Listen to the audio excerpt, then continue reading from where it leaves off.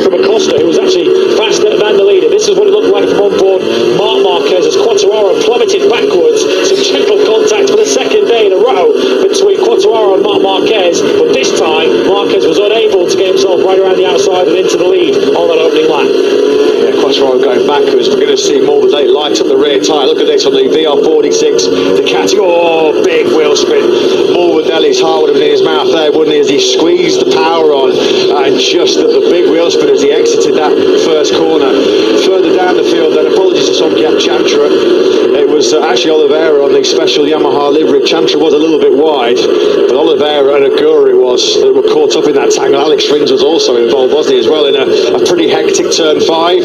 Yellow flags have come out again in this first sector as Pedro Acosta's now getting on the inside of Alex Marquez, who's getting beaten up in these first 3.5 laps. Alex Marquez now back down to 5th place. He's got an Aprilia and a KTM ahead of him. Yeah, that was a barge, wasn't it, from Acosta? He was coming through regardless there. I thought that might open the door for Morbidelli as well, as Marquez would have lost a bit of drive on the exit. Savadori, the Aprilia replacement for Jorge Martinez, gone down. He had a real heavy crash here on Friday in the afternoon session at turn 8, did Savadori. At the front then, it's still Bagnaia, fastest rider on circuit last time around with a 1:32.704. This is the longest that Bagnaia's led a Grand Prix, with the exception of Austin earlier on this season.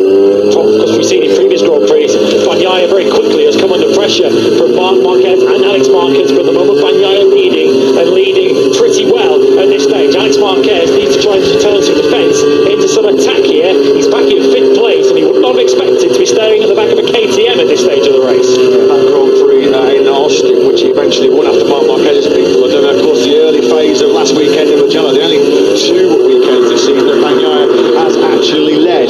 Great ride this so far, is it, by Acosta, who's keeping himself in podium contention here. He was out of shape on the brakes, really working that Michelin hard front tyre there on the braking zone into turn 1. That was Acosta. Bezzecchi, though, is the fastest rider on circuit. He's got down to a 1:32.524. That was on par with Martin directly ahead of him. The slowest of your top 3, not by much, was Bagnaia in the 32.6s. Also to Quartararo has settled things down a little bit now. You can just see him at the back of the picture in 7th place, but he's now also doing race leading pace in the mid to high 1:37s, although I think he was being overtaken there in the back of the picture by Maverick Vinales. Those are the parts of the circuit that Quartararo feared he'd be under siege, and he was. Vinales did go through on the straights, of which there aren't many here. Quartararo on that Yamaha with no defence. It's been a horror show, this, by Gian Antonio. He's down at 11th at the moment. This was the aggressive move that Acosta made on Alex Marquez. Shoulder to shoulder, those two went on the exit of turn 5. Just good old-fashioned hard racing now, wasn't it, from Acosta. Alex there, though, back in 5th place, trying to build up some speed. Fast rights here. This is where Alex was really strong in the sprint yesterday. No way through, though, on Acosta. Through 15 we go then, about to complete lap 5 of 26. He's gone the wrong way. We haven't said that to him. This year's Marc Marquez from a long, long way back. Marc, with the element of surprise, lunges on the inside of Bagnaia into the timber chicane. So Marc leads this Grand Prix for the first time. Bagnaia, what have you got? Can he come right back straight away? No, he can't. So Marc Marquez takes the lead definitively at the start of lap 6 of 26. And Marc Marquez, generally, when he gets to the front of a race, he stays there. Can Bagnaia fight back, or is Bezzecchi going to deal further damage to his VR46 Academy friend? Yeah, Bagnaia's got trouble ahead and behind him, hasn't he, as they continue. This time around, it's Alex Marquez who's got the inside line, and once again, there's more contact. Oh, well, they were rubbing. Oh! Alex Marquez has crashed out. He had just rubbed shoulders, locked on to the Costa for the second time in a couple of laps. Those two have had contact on the exit of turn 5, and Alex Marquez goes down as a big puff of smoke. I think the front just locked up on the fast change direction, and nothing that Alex could do. That could be huge, that could be monumental for the World Championship, because he's going to be slipping nearly 70 points behind Marc if Marc can hang on for this victory.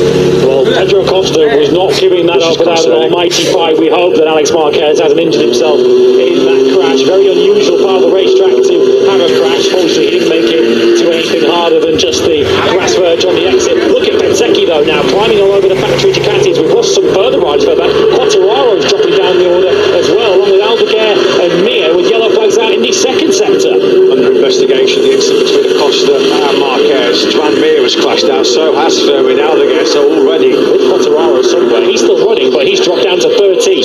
massive attrition. This Bagnaia tries to just show Marquez's front wheel into the first corner. It's a double DNF here for Mir. The two Spaniards very, very slow with their feet. It's been a shocking couple of minutes, hasn't it, for Grazzini Racing? Both of their stars out of action here. And Aldeguer somewhat concerning and slow to his feet. Yeah, there's no way through there. He's letting Marquez know that he's right on his case. It's right here. You might see the scrape marks on the tarmac where Alex Marquez lost control of this Grazzini Ducati GP24. But it's Mark that leads. Yeah, I think the crash is somewhere around here at turns 7 and 8 between Mir and Aldeguer. They must have got tangled somewhere with Quartararo because he did a 1:39.7 on the last lap, lost 6 seconds. But here is how Alex Marquez exited this Grand Prix. Yeah, you can see, look how much contact they have. They're rubbing, aren't they? Shoulder to shoulder, elbow to elbow. Nasty, nasty one that, wasn't it? Involving Alex Marquez. Just a little early contact, and it wasn't really the contact that set it down. And as you can see at the top of the screen, the steward's taking the same view as me. Pedro Acosta certainly didn't do anything wrong there. He was fighting for his position, ultimately won the battle on the way out of the corner, and you'll just see over to your left, there goes Alex Marquez. Bezzecchi, we know how good he is on the brakes into the Timber chicane. He thought about sending on the inside of Bagnaia, no way through. Best that we have seen from Acosta all season. We have not seen here in the fight at the front on the factory KTM since the get-go. He's had his struggles. He's been fiercely critical of KTM's lack of performance and lack of development on the RC16. But here he is for the two factory Ducatis, and the factory are pretty ahead of him, not just in the pony battle here, but in the victory.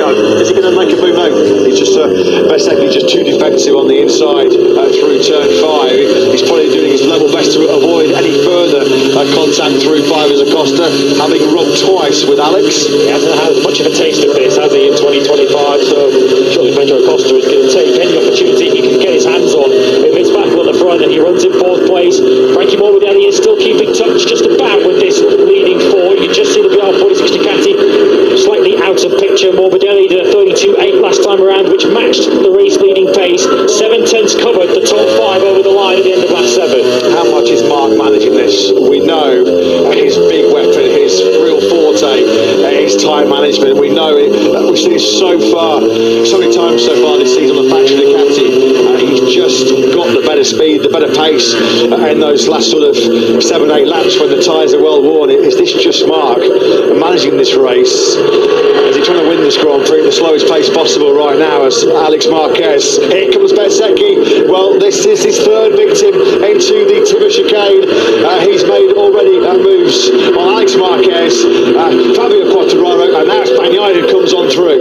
Of course, we have seen Marco Bezzecchi win a Grand Prix already this season at Silverstone. That one was assisted by some unreliability up ahead. He wants to win this one fair and square on the racetrack. Can he now get on terms with Marc Marquez in the lead? I'll tell you what, this is a great shout, a great chance, isn't it, as far as Bezzecchi's concerned. This is the incident involving Aldeguer went off. Aldeguer had the massive high side, huge high side. He had a big scared ear on this weekend. Joan Mir, nothing that Mir could do about that. That's horrible.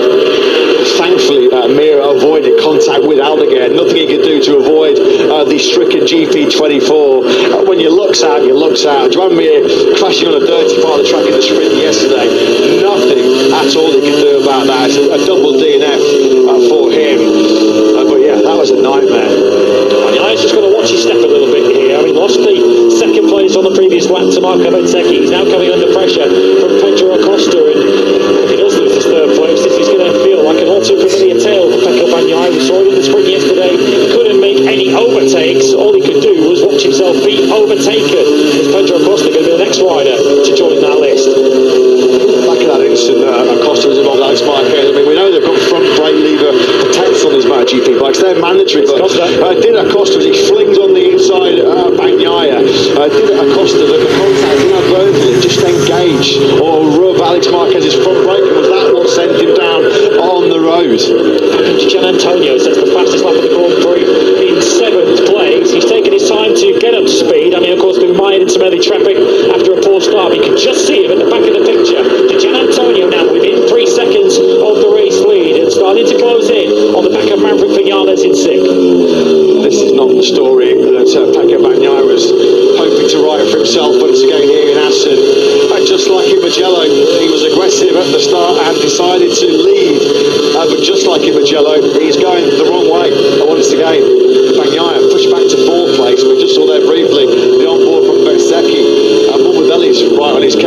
as well, so it could get even worse as far as Bagnaia is concerned. Gian Antonio, after what was a real sluggish start from Didier, he's found his rhythm. The fastest rider on circuit with 132.4, but once again, as he said so often this year, he's let that lead group break away from him. We're on board with Marco Bezzecchi, and we certainly know from the sprint yesterday and the Grand Prix already today where Bezzecchi will prefer to attack into the Gertie chicane. And once again, as we've seen yesterday in the sprint, Marc Marquez not as strong through those right-handers at the far end of the circuit, which brings Bezzecchi into shooting distance. At the moment, this pace, Bagnaia just can't hack it at all. Look how much of a gap's emerged between him, Acosta, Bezzecchi and Marc. Over the line we come. This is going to be the end of lap 10 of 26. We're approaching the halfway point here in Assen. Looking ahead to the 93 at Marc Marquez, your race leader. Certainly not a comfortable race leader. He's under big pressure here from Bezzecchi on the factory in Aprilia.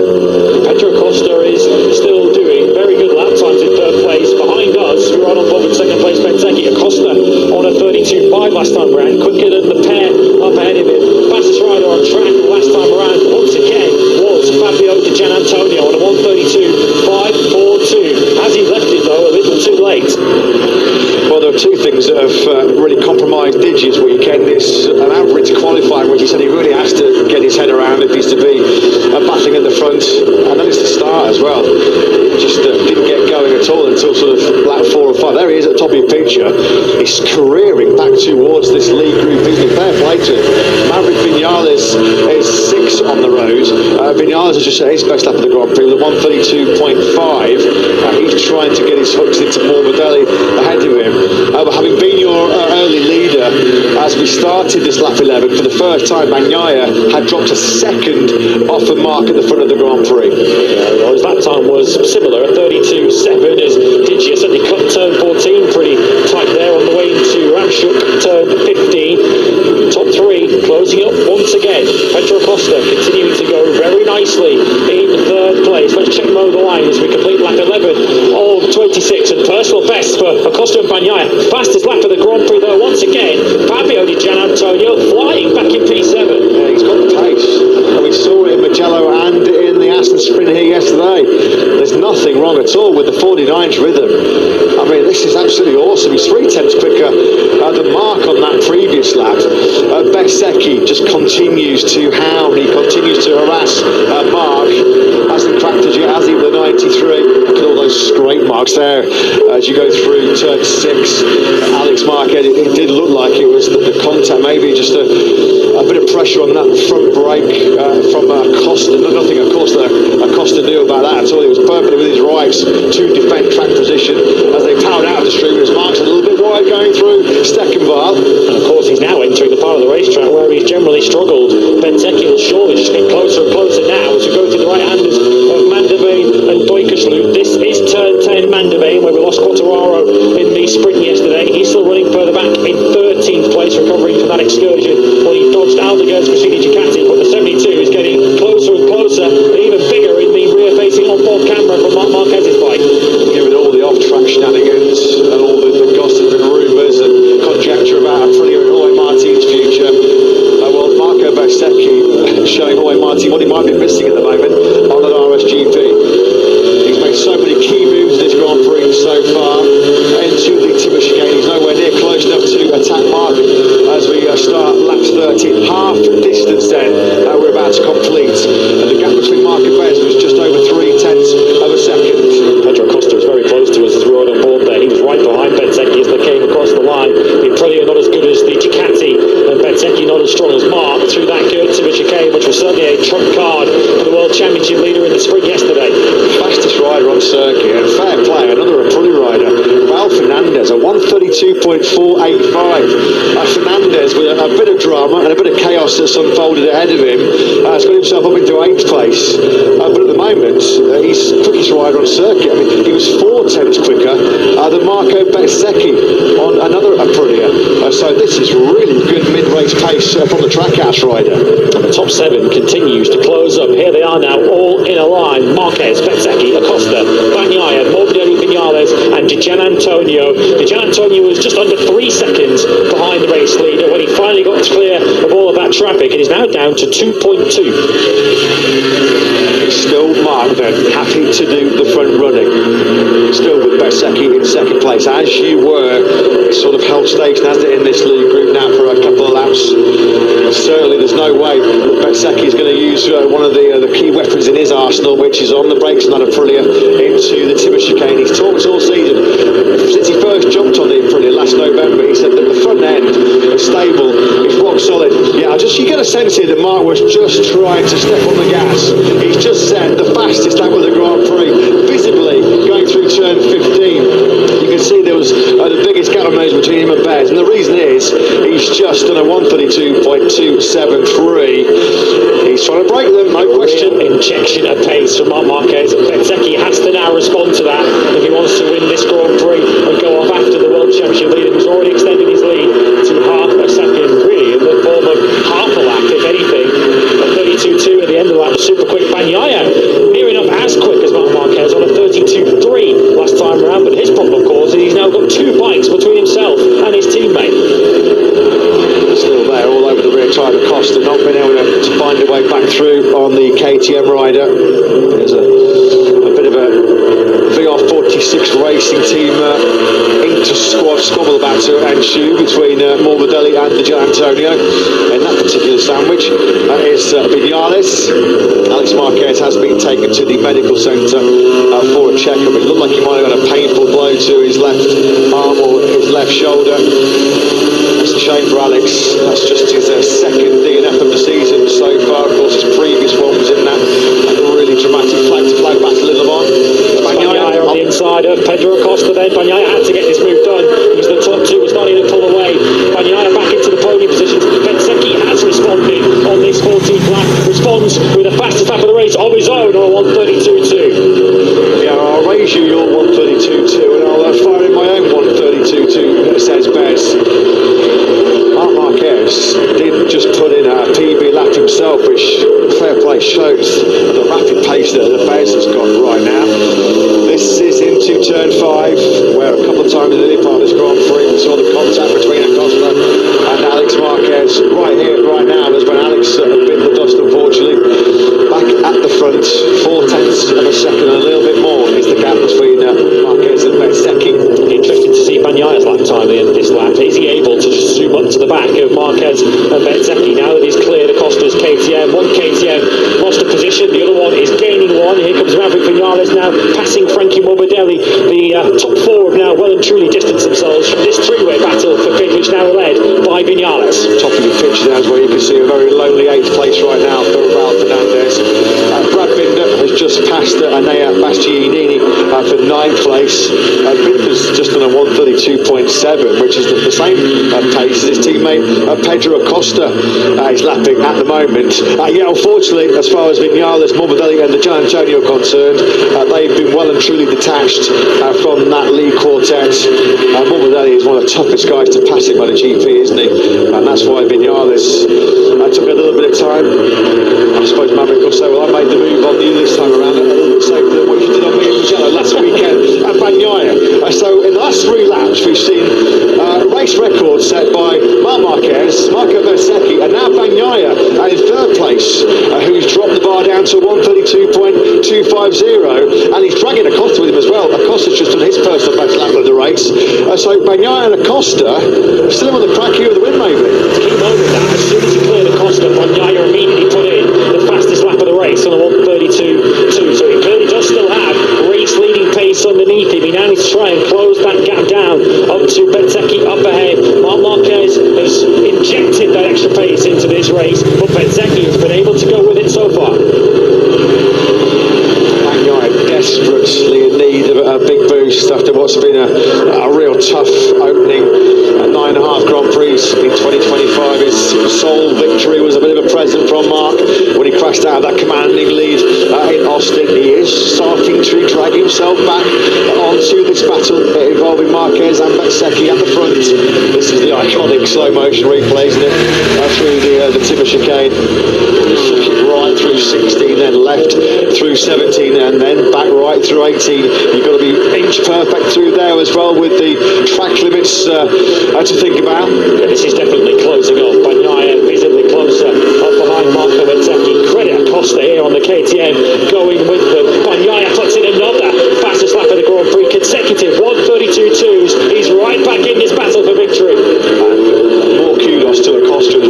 hanging in there.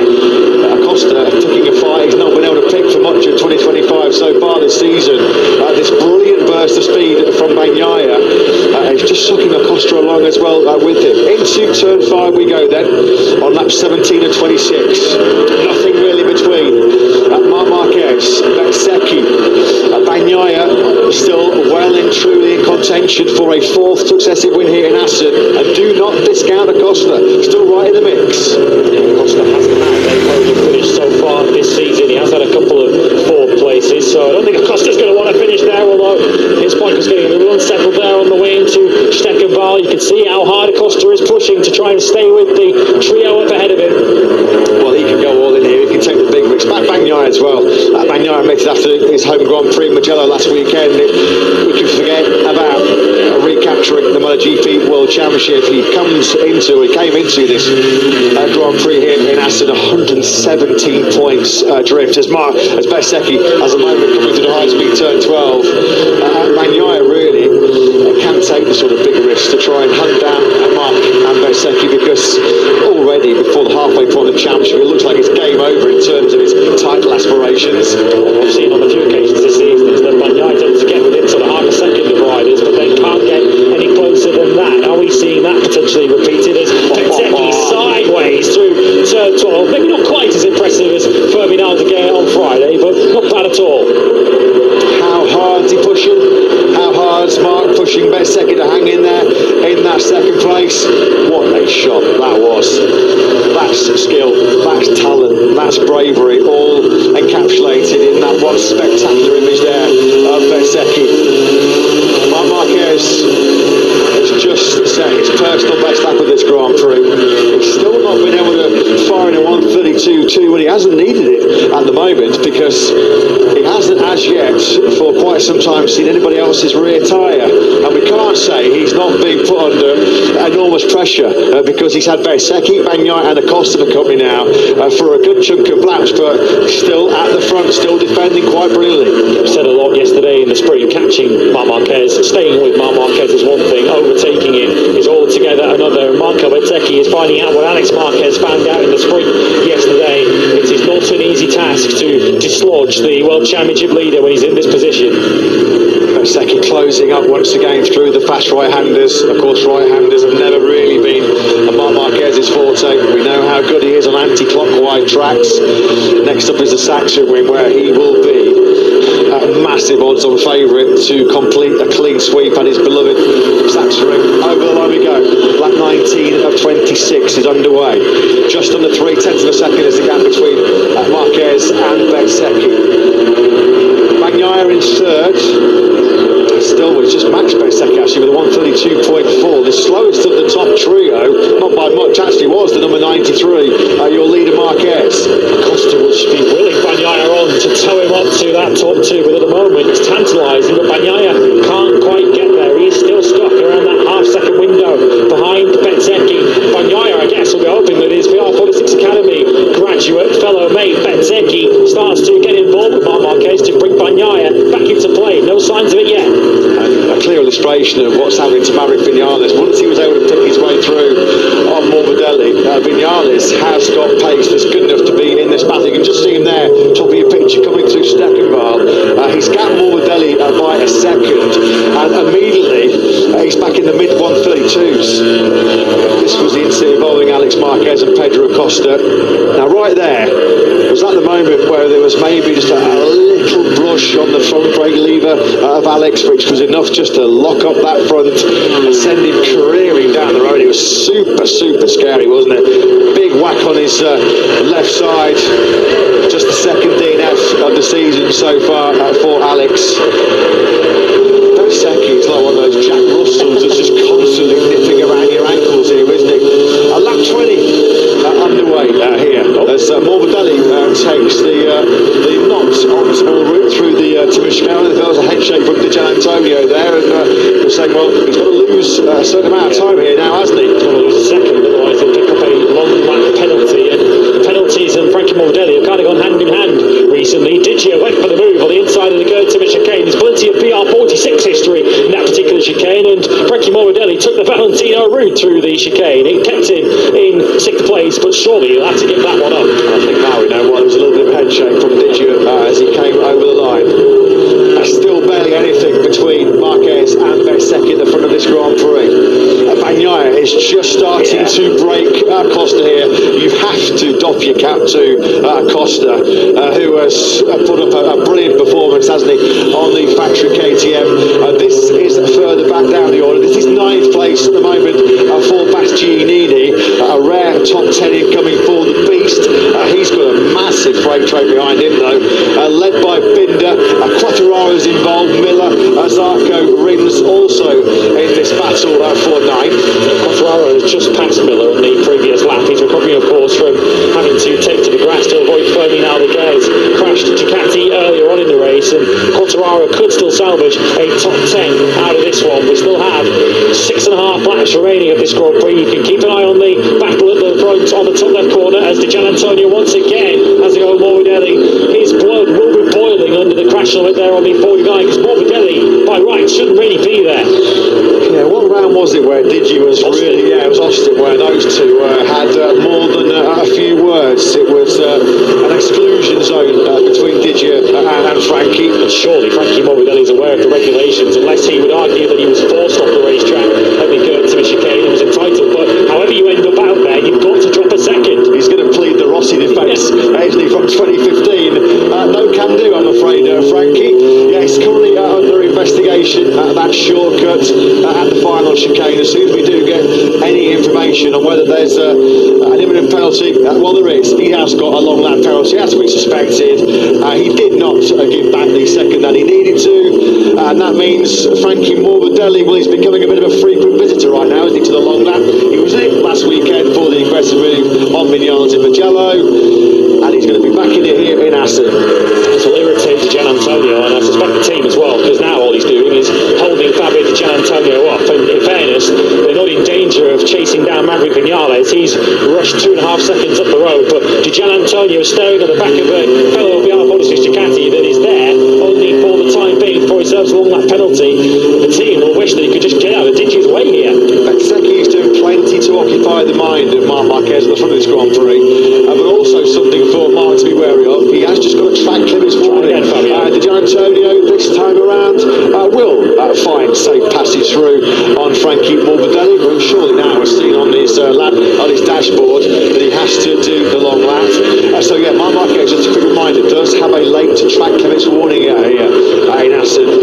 So if Bezzecchi can keep up this kind of pressure, could he maybe push Marc into an error? Well, Frankie Morbidelli, of course, had 2 goes at serving his long lap penalty in Mugello last weekend. This time it appears it's first time lucky for the 21, and it hasn't cost him any places. It certainly settled the inter-team squabble with Di Gianantonio, who's now going to be 2.5 seconds up the road, but Morbidelli now in a very lonely 7th place. Yeah, has Bagnaia got anything late on for his great pal Marco Bezzecchi? Those two, of course, are real good buddies off track. They do so much trash talking back at the VR46 ranch in Tabulia. As we can see, or as we saw, he has successfully completed his long lap penalty. Do you know what? This has been unbelievable. Marc Marquez had +0.73 Alex on his pit board for the whole of yesterday's sprint, and he did not flinch once. How many laps has he seen +0.72 Bezzecchi on his pit board? And he has not flinched as yet. Is Bezzecchi, though, building for a thrilling finale here in Assen? This is where he has been good on the brakes into the Timber chicane. The problem for Bez is this is where Marc Marquez is super strong as well. Marc Marquez has just set his personal best on a 1:32.298. He's usually so strong in the latter stages of a Grand Prix when the tyres start to drop off. Marc Marquez is able to hold his pace in a way that others are not. Alex Marquez, unfortunately, the news is bad for him. A left hand fracture. Bad news gets even worse for the 73. Awful news in particular. Well, it was awful news anyway. But our next port to call in MotoGP is the Saxon ring, which is basically left. You don't want to go into the Saxon ring with any kind of injury, but any injury on the left-hand side of your body, it could be a punishing weekend coming for Alex. It was a punishing Friday for Marc Marquez. 2 heavy falls. He was able to pick himself up from those two spills here on Friday and complete a double here in Aston. Well, it just shows how difficult it's going to be to beat Mark in 2025. So Marco Bezzecchi then with 3.5 laps to try and figure out this puzzle here. He's been behind Marc Marquez since around about lap 5, hasn't he? When he got himself into second place. Has he got an answer? We know once again where he's faster. He showed it there as he closes in through the fast right-hander of 12. But as we've said, Marc Marquez is so good in the crucial points of the racetrack. All the overtaking hotspots around this circuit are areas of the track where Marc Marquez is so strong. Bezzecchi is going to have to take some serious risks here if he's going to turn second place into first. 10 years ago in Aston in 2015, it was where the Valentino Rossi Marc Marquez rivalry exploded, and this was where it really did all kick off that controversial last chicane. It's Marc Marquez a decade later against one of VR46's prodigies here, Marco Bezzecchi. He spent so much time close to Marc's rear tyre. He will have seen exactly the strengths, the weak points of both Marc and the factory Ducati around this Aston circuit. He's just so good though in this situation, isn't he, Marc? As we mentioned, there's been so much pressure throughout the sprint yesterday, throughout this Grand Prix, and there has not been a millisecond, a hint where you thought he was going to buckle.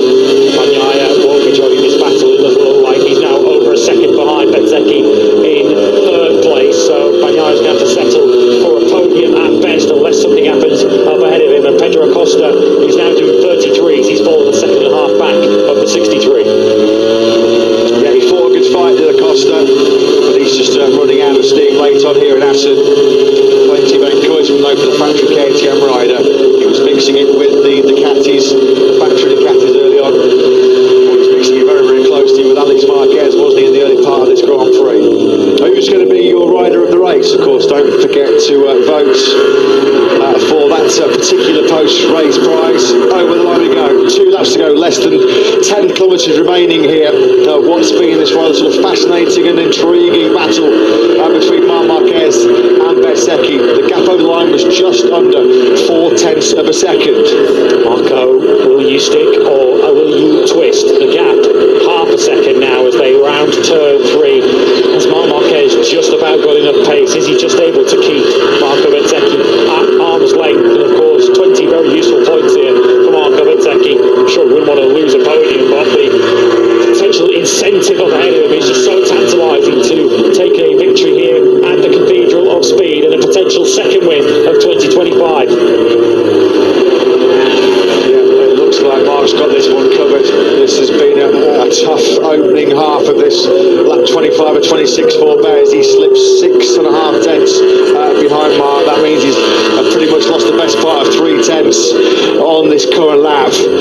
Has this once again been another masterclass by the 32-year-old Spaniard?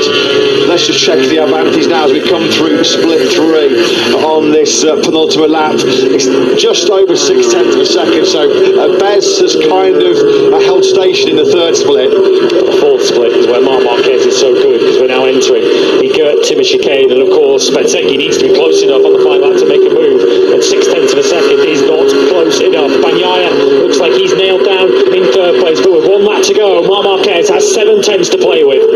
Yeah, well, we had Dutch royalty here this week.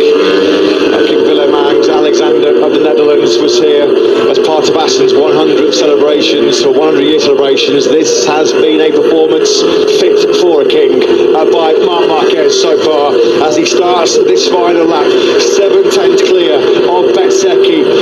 Barring any late disasters, barring any late drama, I was just about to say, surely he is going to equal Italian legend Giacomo Agostini's MotoGP win tally of 68. He's on course to win 3 successive Grand Prix for the first time in 6 long years. He's done it as beloved Aragon.